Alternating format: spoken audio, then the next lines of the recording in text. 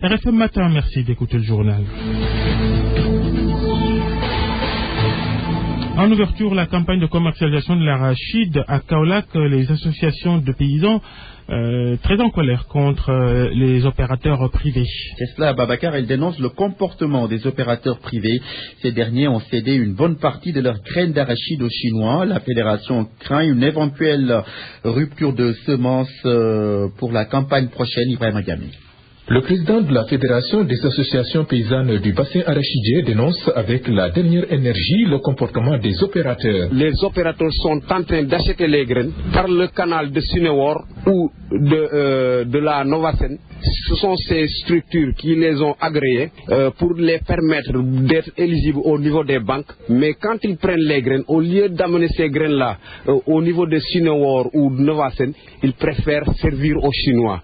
Cela peut entraîner des conséquences lourdes, regrette Ibrahim Badiane. Il craint un déficit de semences au Sénégal. Si jamais que l'État ne prend pas garde, nous risquons vraiment d'avoir un déficit de semences.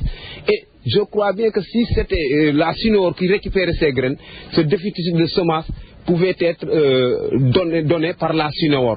Pour éviter cela, le président de la Fédération des associations paysannes demande aux huiliers et à l'État de réagir pour mettre un terme à cette pratique. Je demande aux huiliers de résilier leur contrat avec ces opérateurs qui ne veulent pas amener des graines au niveau des huileries. Donc c'est ça que je voulais dénoncer. Maintenant, à qui la faute quand les opérateurs se permettent? Alors qui doit contrôler tout cela? À qui la faute? Là, je dis que c'est Sunewar et Novasen qui sont fautifs parce que c'est eux qui gèrent les agréments. L'autre fautif, c'est l'État. Parce que l'État aussi doit gérer cette structure. Relativement à la campagne de commercialisation arachidière, Ibrahim Badiane s'est dit insatisfait du déroulement à cause de plusieurs facteurs. Ibrahim Diamé Kaolack, Radio Futur Média. Sit-in des populations de Baoud dans la région de Fatick. Elles sont sorties dans la rue pour fustiger la panne de l'unique forage de leur localité. Celui-ci ne fonctionne pas depuis 6 mois. Ces populations sont obligées de puiser l'eau dans une mare. Aminata Goudiaby. Ici, nous sommes devant une mare d'eau laissée par les eaux de pluie de l'hivernage dernier. Depuis 6 mois, les femmes de Baout, Rofangé et Vélingara dans les îles du Saloum s'y approvisionnent. Au bout d'une ficelle, un bidon permet à Amigiouf de remonter une eau saumâtre et les matrones dans le village de Baout. Nous sommes vraiment très fatigués. L'eau est source de vie, vous le savez. Et cette eau-là, elle est insalubre. Le nombre de cas de diarrhée a multiplié. Par mois, nous recevons au poste 30 cas. Nous savons que c'est à cause de cette eau. Cette difficile situation est causée par la panne du forage de Tiaré depuis le mois de mai. Les populations de ces villages des îles du Saloum dépendaient de ce forage et désormais pour avoir de l'eau potable, elles sont condamnées à débourser beaucoup d'argent. Abdoulaye Sadji et Fodé Diouf sont tous deux habitants de Baout. Ici, on se déplace avec les pirogues. Pour avoir de l'eau potable, il faut prendre une pirogue, acheter 8 000 francs de carburant ou même 7 000. Voilà, 7 000 francs. Il faut d'abord des bidons. Ça, c'est un budget à part. Imagine, pour une famille qui n'a pas assez de moyens, qui doit chercher 40 à 50 bidons. Et si nous estimons le prix d'un bidon, c'est à peu près 200 à 300 francs. Maintenant, faire le déplacement vers Diamniadio. Il y a des pirogues qui quittent le village pour aller à Foundiou. Fodé est aussi le directeur de l'école élémentaire du village. On a un réservoir qui couvrait 2 mois de l'année scolaire. Cette année, on a commencé sans eau. Nous effaçons nos tableaux avec de l'eau de la mer. Pour crier leur désarroi, les habitants de Baout, Rofangé et Vélingara ont initié un sit-in et là, ce sont les autorités qui sont interpellées. À toutes les autorités, à toutes les bonnes volontés du Sénégal, donc qui peuvent nous aider, viennent nous aider. Aminata Goudiaby, Fatick RFM. Merci Aminata Goudiaby. Le retour de la paix en Casamance est possible à condition que la jeunesse soit impliquée dans le processus et que le discours change de tonalité. C'est du moins l'avis de la plateforme régionale des femmes de Tambacounda. La correspondance de Moussa Omar Gueye. Contribution pour le retour définitif de la paix en Casamance, la plateforme régionale des femmes de Tambacounda opte cette fois-ci pour une parfaite implication des jeunes. Madame Fatou Gueye, chargée de la mobilisation et du genre au comité régional de solidarité des femmes pour la paix en Casamance, plus connu sous le nom de Oussofora, continuer à pousser l'État et le MFDC à s'asseoir autour d'une table de négociation et d'impliquer à ces négociations les femmes. Lors de la première phase, nous nous sommes rendus compte que cette connaissance du conflit n'est pas allé jusque vers les populations qui sont au fin fond du Sénégal. L'autre aspect aussi, nous savons que les jeunes n'ont pas été très impliqués dans les activités de mobilisation. Dans les lycées, on va organiser des concours de poèmes et dans les collèges, des concours d'éducation artistique avec bien sûr comme base une bonne connaissance du conflit par les élèves. Compte tenu des efforts consentis par l'État pour le désenclavement de la région méridionale, le gouverneur adjoint prône pour la vulgarisation de ce qui devrait être considéré comme le nouveau message. Abdou Khadr Diop. L'État du Sénégal est en train de faire des actions considérables pour désenclaver la zone, mais aussi assurer le développement. Et voilà maintenant le message qu'il faudrait porter. Montrer à ceux qui étaient frustrés par rapport à vos revendications, l'État apporte des solutions, c'est des solutions concrètes. Le président du Conseil régional de la jeunesse, Ibrahima Traoré, s'est engagé et se félicite du fait que les jeunes ne sont plus considérés comme une cible, mais plutôt des partenaires pouvant apporter une pierre pour la reconstruction de l'édifice. Moussa Oumar Gueye, Tambacounda, RFM. En plus bref, la journée mondiale des personnes handicapées est célébrée aujourd'hui. Le thème de cette année, développement durable, l'inclusion compte. 14 morts, c'est le bilan macabre de la 122e édition du Magal de Touba. La plupart de ces décès sont dus à des accidents de la route. Les sapeurs-pompiers ont dénombré 513 blessés. La police, elle, a fait son bilan. 857 personnes ont été interpellées pour divers délits. C'est ce qu'a indiqué le directeur de la sécurité publique hier lors d'un point de presse. Vous écoutez le journal sur RFM, c'est une bonne idée, il est 7h passées de 7 minutes. Sur RFM au moins, on a des informations sûres et utiles. RFM, la radio de toute l'actualité. Le CESTI a 50 ans, demi-siècle au service de l'enseignement, du journalisme et de la communication. Pour ce faire, experts, chercheurs, professionnels vont se pencher sur l'univers des médias. Lors d'un colloque international au CESTI prévu ce matin, ils vont réfléchir sur la pratique du journalisme, laquelle a connu plusieurs mutations depuis quelques années. Mamadou Ndiaye est formateur et chef du département communication du CESTI, l'école de journalisme de l'université de Dakar. Il revient sur l'importance de ce colloque sur les médias. C'est dans le focus du jour. Il est au micro de Nati Diop.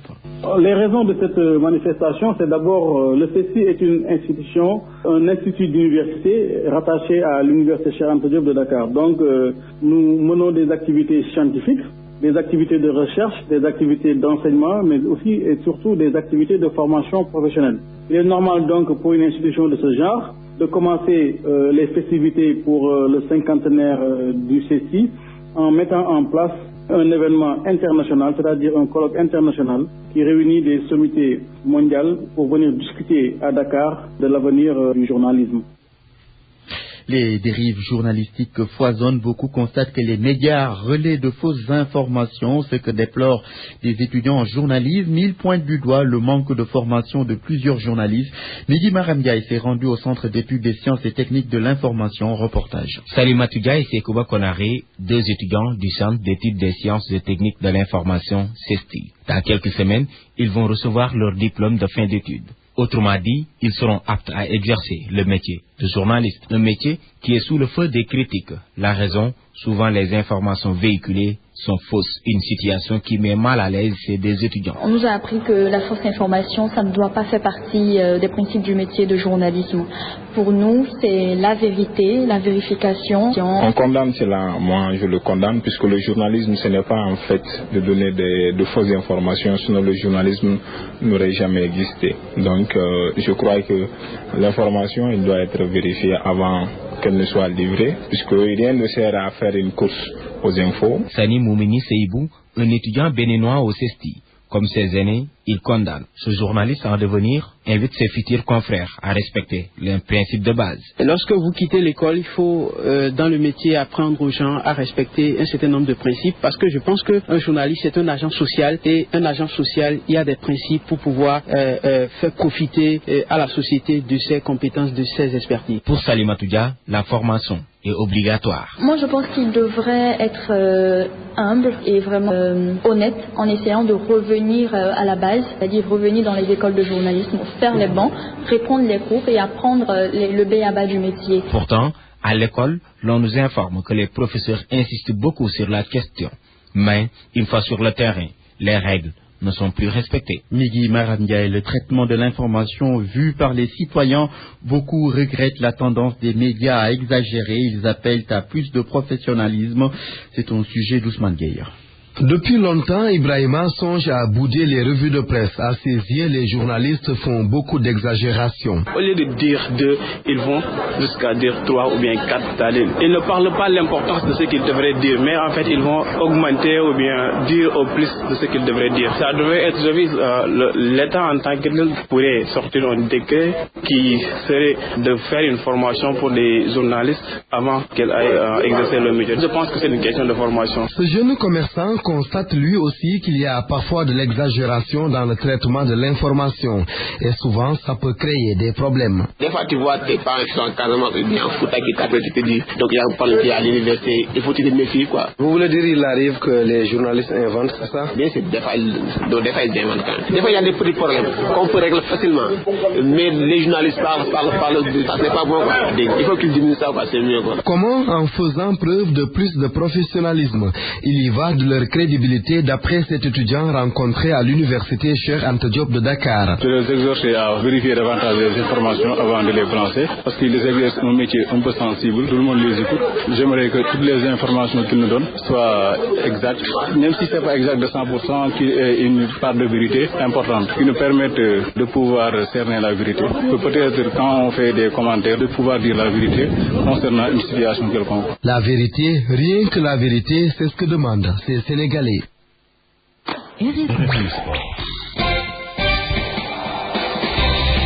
Non, ce n'est pas l'heure du sport, du moins c'est dans quelques secondes, Ismaïla. C'est ça, Babacar.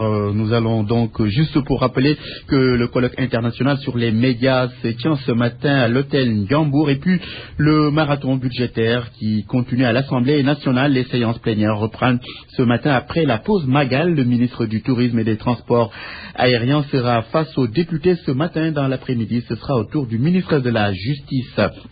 Cette fusillade à San Bernardino, en Californie, elle a fait au moins 14 morts, 17 blessés selon la police. Tout de suite, le journal des sports. Et c'est une présentation de Youssouf Boyan. Bonjour. Bonjour Ismaïla, bonjour à tous. Football CAN U23, le Mali, deuxième équipe éliminée. Les Aigles ont chuté pour la deuxième fois face à l'Algérie hier, 2-0. Deuxième défaite qui élimine le Mali, venu en favori à Dakar. L'Algérie se relance et occupe la première place du groupe B. Le compte rendu de Solacham.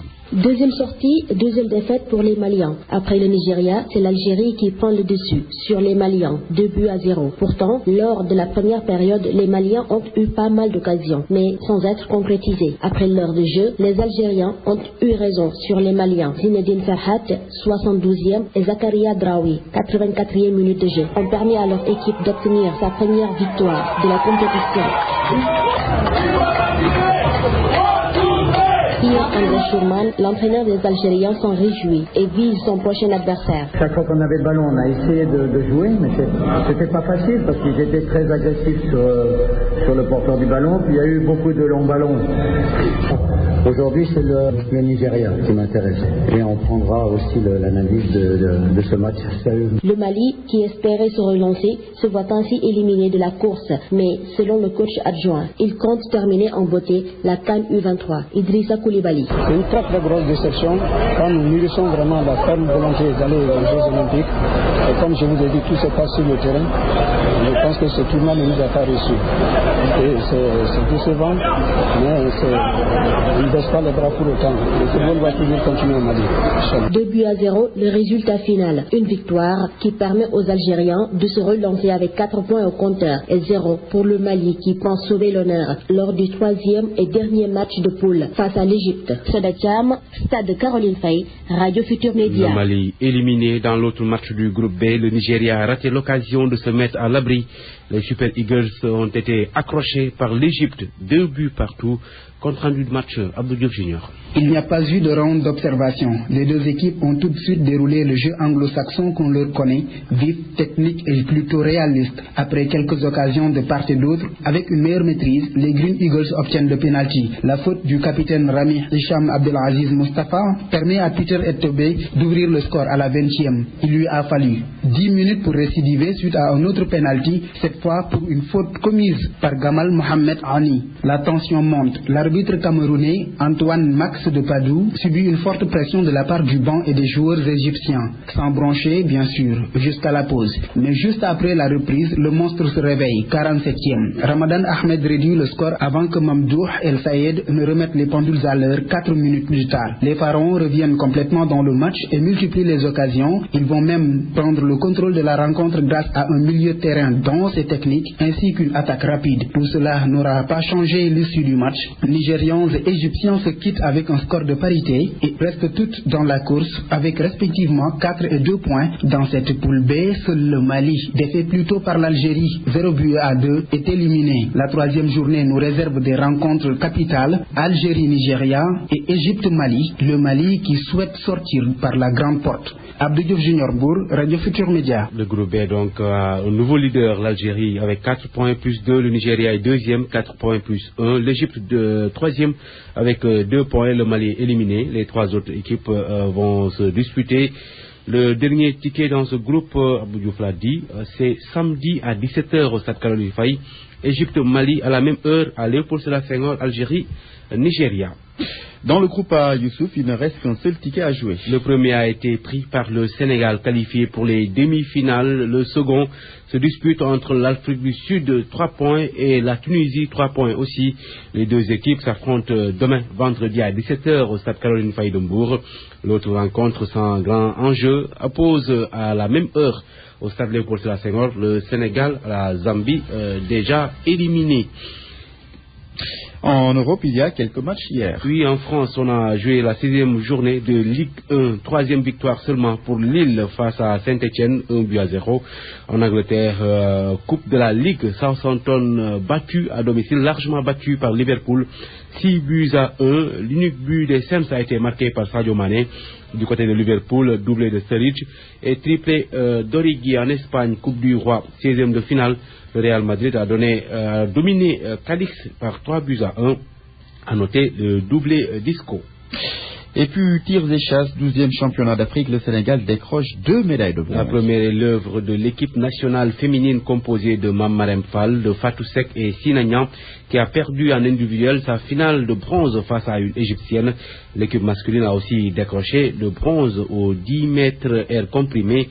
Elle est composée de Marcel Nian, Wali Faye et de Claude Dalmeda.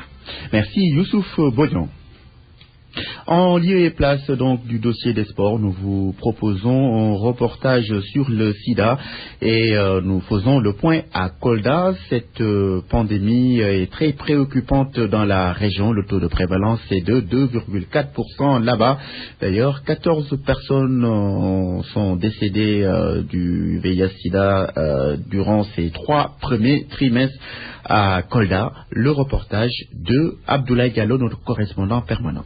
La pandémie du sida demeure toujours préoccupante dans la région de Kolda avec un taux de prévalence de 2,4% pour 900 PV-VIH et 14 personnes décédées du fait de la même maladie. Il y a aussi 38 PV-VIH perdus de vue. Mahmadi Souane est assistant social à l'unité de traitement du sida à Kolda. Vous conviendrez certainement avec moi pour la région de Kolda avec un taux de prévalence de 2,4%. La prise en charge des personnes vivant avec le VIH-Sida à Kolda devient de plus en plus problématique à cause de la rareté des ressources financières, mais aussi au déficit du personnel pour prendre correctement une pile active qui dépasse les 900 patients. Les partenaires qui jadis soutenaient les personnes vivant avec le VIH se font de plus en plus rares. Avec l'appui de World Vision et du Centre Conseil Ado de Kolda, le village de Médina Chérif, qui est à quelques encablures de Diaoubé, a abrité les activités de la Journée internationale de lutte contre le sida organisée par le conseil municipal de Médina Chérif. Mamadou Gano est le maire de la commune de Médina Chérif. Nous avons énormément de défis à relever pour la lutte contre le VIH. Nous sommes très proches du marché hebdomadaire régional de Diaoubé. Les mouvements mouvement de population engendre très souvent des mouvements de maladie. Au même moment, le VIH-Sida est en train de façon silencieuse de faire des ravages dans notre région. Cette journée a eu comme activité un panel autour du sida, des consultations médicales gratuites suivies de dons de médicaments et une séance de dépistage du sida. Cette dernière activité a enregistré 194 individus dépistés et 2 seulement sont déclarés séropositifs. RFM Kolda, Abdoulaye Diallo.